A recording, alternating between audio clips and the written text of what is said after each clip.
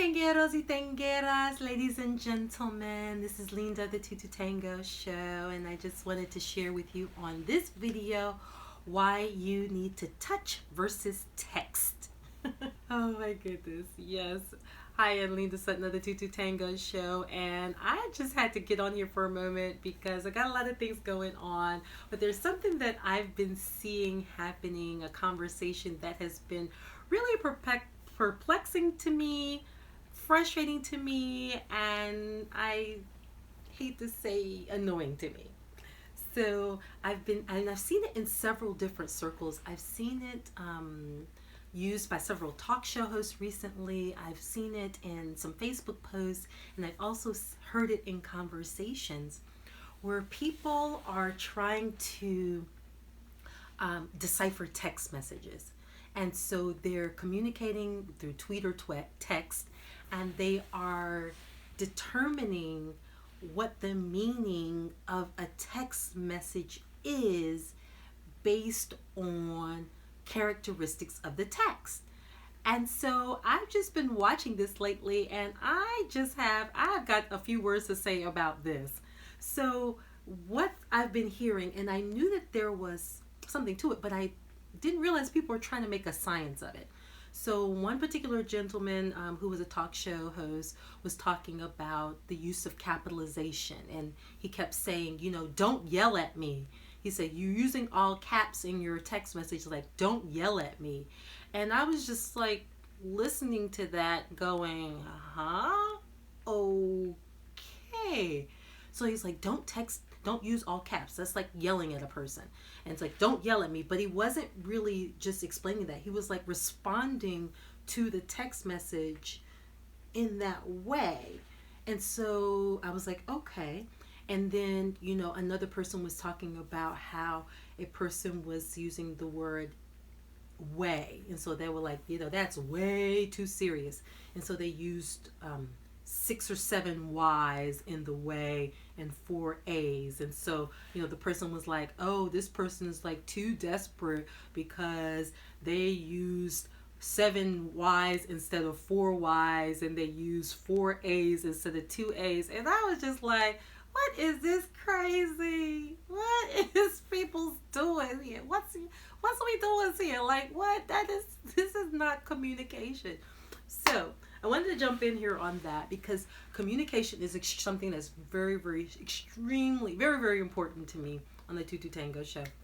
We talk a lot about communication. It is the cornerstone of everything that we do because it has to do with the totality of communication and us understanding the totality of communication so that we can have successful relationships. So one of the key tenets that I talked about recently in an interview, I believe an archive interview with Marlon Rugo, in an interview with the 1 hour special interview with Brian Evans, is we talked about, and I revealed again, that one of the cornerstones of our work is that 93% of communication is nonverbal.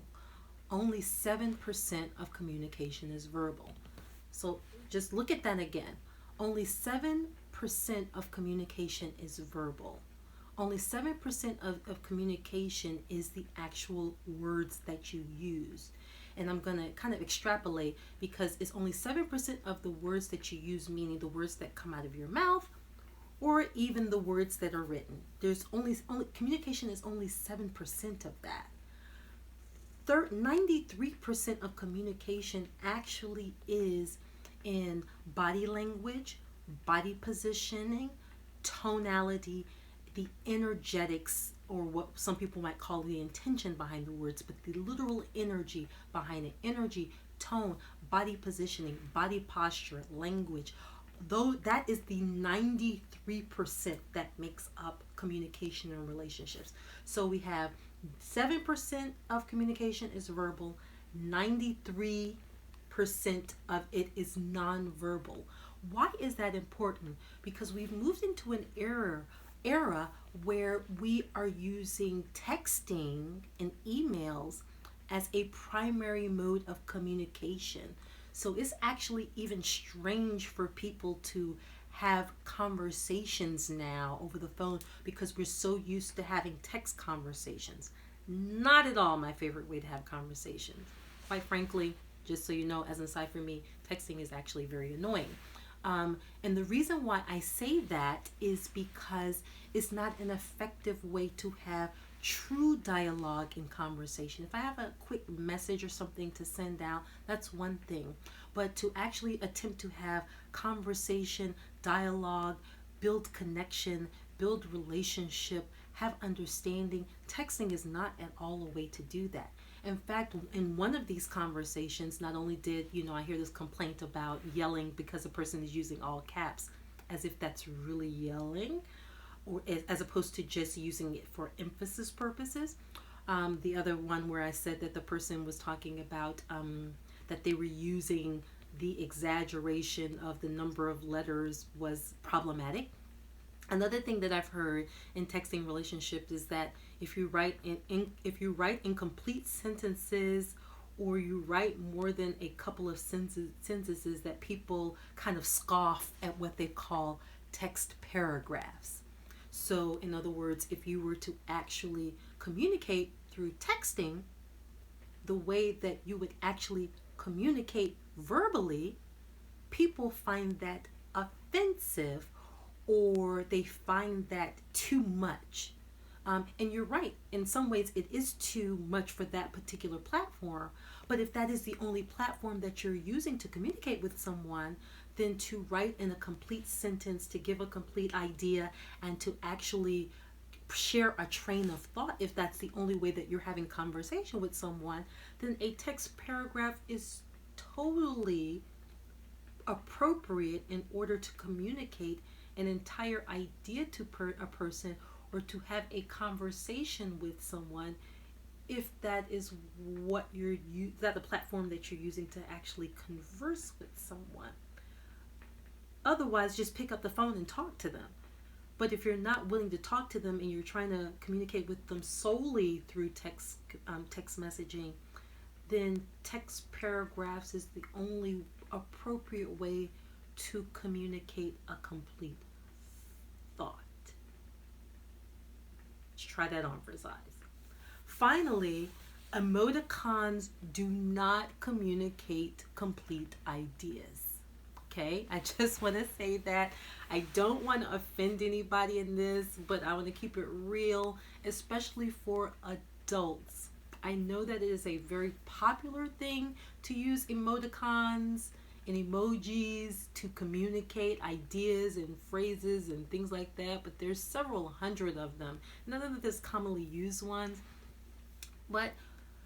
And I know that, we may be hearkening back to the era of hieroglyphs or something, I'm not sure, but as adults using pictures in order to try to communicate complete ideas, I'm not seeing it, and it speaks to a lot of why we're seeing a kind of a deterioration in relationships and communication and connection, because now we as adults have not only stopped having verbal conversations with one another where we can face to face, person to person, actually get the other information that is in the communication. So we're not sitting down front face to face and really talking anymore to one another.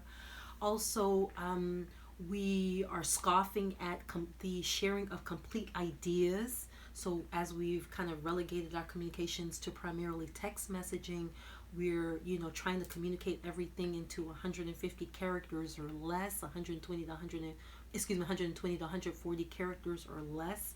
So we're kind of turning our nose up at complete sentences and complete ideas, and actually writing the entire word out and making sure it's correctly spelled and all that stuff. But the last piece of it is that now we're in a place where we're using pictures as adults to successfully communicate with one another. Like, I have seen communications where the whole communication is a series of emojis and emoticons, and I'm like, what is this? Like, what are you saying? Like, this is a sentence? Is this Egyptian hieroglyphs? Like, what is this? I'm a grown woman. I'm like, what is this? what is this?